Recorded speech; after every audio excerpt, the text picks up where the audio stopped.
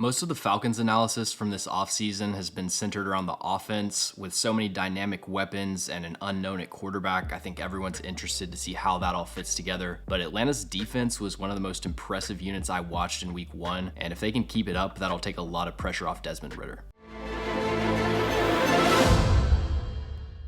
Atlanta's defense has ranked near the bottom of the league for most of the last decade, and they finished 28th and 29th in EPA per play in Dean Pees' 2 seasons as DC. Pees retired this offseason, and they brought in Ryan Nielsen, who is the co-defensive coordinator and D-line coach for the Saints. So with a first-year play caller taking over a struggling defense, my expectations weren't that high, but the Falcons have a couple established veterans at important positions that are still playing at an elite level. They made some key additions in free agency that are already paying off, and they've invested a lot of draft capital over the last few years on talented players that will continue to develop. I'm not going to spend a ton of time on this section because if you're a Falcons fan, you know the deal with Grady Jarrett. He's one of the best 3 techniques in the NFL. Even at 30 years old, he's still a high impact player on both sides of the ball. He had 6 pressures, a sack, and 2 run stops in week 1. And you can see right here, the Panthers are running inside zone, and he's so quick off the snap. He resets the line of scrimmage. The running back's trying to work front side to backside, and even though Calais Campbell gets turned over, Jarrett takes away this front side B gap as an option. By the time he takes the handoff, the guard's right in his face and he has to cut back. So with stars like Grady Jarrett who are in their 30s, you've always got to keep an eye out for aggression, but I feel good about him being the disruptive player he's always been. And then AJ Terrell had an all-pro caliber season in 2021. Last year he took somewhat of a step back, but he finished the year really strong and he was locked down in week 1. On 46 coverage snaps, he was targeted 8 times and he gave up 4 receptions for just 19 yards and 1 first down. Great job on this dig route of staying locked onto the outside hip. He keeps himself in phase without holding, and he doesn't give Bryce Young an open window. I do have to add the qualifier that the Panthers don't seem to have any juice at receiver, so there are going to be tougher matchups, but AJ Terrell was smothering them the entire game. So for this defense to reach its potential, you need Grady Jarrett playing at 100% and AJ Terrell to return to second-year form, and week 1 has me confident on both fronts. But Atlanta's free agency additions are already paying off. They signed one of the best safeties in the NFL in Jesse Bates, and he had an incredible week 1 performance, 2 interceptions, a forced fumble, and 7 tackles. This first interception, the Panthers are running 2 in-breaking routes. Atlanta's playing a split safety match coverage where Troy Anderson's going to wall off the number 2 with inside leverage. Good job making contact and rerouting the tight end, but he doesn't carry this route across the field because Jesse Bates is reading the route concept from the backside. Bryce Young doesn't see him, and Bates breaks on the route for an interception. His second interception, the Falcons are in single high man coverage, and all Jesse Bates has to do here is stay home and break on the pass. Against a 3-by-1 formation, the safety's first responsibility is usually to give help to the passing strength, but there aren't any routes from that side crossing the field to influence him, so he just maintains his pre-snap alignment. Bryce Young decides to hit the backside dig, and Bates is right there to play the ball. Now, these are some really bad decisions from Bryce Young, but you look at the Falcons' schedule, they're going to play Bryce Young again. They get 2 games against Baker Mayfield. They play Sam Howell, Justin Fields, CJ Stroud, Anthony Richardson, Ryan Tannehill. There's going to be a lot of interceptable passes from opposing quarterbacks that Jesse Bates can take advantage of. But it wasn't just the interceptions. Jesse Bates' ability to fit the run from depth is going to be so valuable for this defense because it allows you to play with a light box and devote resources towards pass coverage, and you can trust Bates to crash downhill quickly and be a reliable tackler. So we'll see what Nielsen's defense looks like from a coverage perspective. They were playing a good amount of quarters in week 1, and for that scheme you need smart safeties with good route recognition, and the Falcons have one of the best safety rooms in the league. If you're enjoying the video, make sure to subscribe and leave a like, and also follow us on all of our social medias. The links to those are in the description. Another big free agency signing was David Onyemata, and teaming him up with Grady Jarrett, this could be a dangerous interior pass rush. They both ranked in the top 8 in ESPN's pass rush win rate for week 1. The Falcons ran a lot of stunts and twists, which fits great with Onyemata's skill set, but he's also a really talented one-on-one pass rusher. You can see right here he gets Chandler Zavala with a club rip, great initial punch to threaten power and get him to drop his anchor, and then he clubs the outside shoulder and rips through to the quarterback. I do wish they had a true nose tackle that could be a little bit stronger at the point of attack. Onyemata's quick and explosive, and he has good play recognition to make plays in the backfield, but asking him to take on double teams like this, you're just not going to have great results. So for next offseason, that's definitely a position they need to target, but the Falcons ranked 31st in pressure rate last year, and I think their defensive tackle duo alone could get them to league average. Caden Ellis was another free agent they brought in from New Orleans. He's He's a really good run defender. He can stack and shed. He's an instinctive player shooting gaps. He isn't the fastest linebacker, so in situations where it's a foot race to the edge or you're asking him to cover mesh concepts across the field, you will see some of the athletic limitations, but overall he's a good player. And I'm really excited to watch more of Troy Anderson. He had one missed tackle where he was flowing too hard with wide zone and he couldn't get over to the cutback lane, but he's such a freak athlete. He has all the athletic tools to legitimately be a top 5 linebacker, and his development is going to be an X factor for this defense. So I think Atlanta has a lot of the foundational pieces to be a top 15 defense this year, but there are a couple positions that could hold this unit back. I'm still not that confident in this group of edge rushers. Arnold Ebiketie I really liked as a prospect, but he was pretty quiet week 1, and the veteran rotation of Bud Dupree, Lorenzo Carter, and Calais Campbell I think will be better than what they had last year, but probably not keeping offensive tackles up at night. And the rookie Zach Harrison I think is raw as a pass rusher, although he did have a nice rep here where he just folds in this reach block. The good news is Ryan Nielsen has a track record of developing edge rushers like Trey Hendrickson and Marcus Davenport, so we'll see how that plays out over the next few years, but for this season I expect them to rely heavily on interior pressure. I also have concerns about cornerback 2. Trey Flowers is not a player you want starting in my opinion, and Jeff Okudah should be back in the lineup soon. He just returned to practice after missing week 1. I'm really interested to see what Jeff Okudah looks like outside of Aaron Glenn's defense. The Lions asked their corners to play probably the most aggressive press coverage that you'll see in the NFL. He was two-hand punching almost every play, constantly in recovery mode, and it just wasn't a recipe for success. So if they get him playing more under control and conservative from a technique standpoint, he has the upside to be a good cornerback.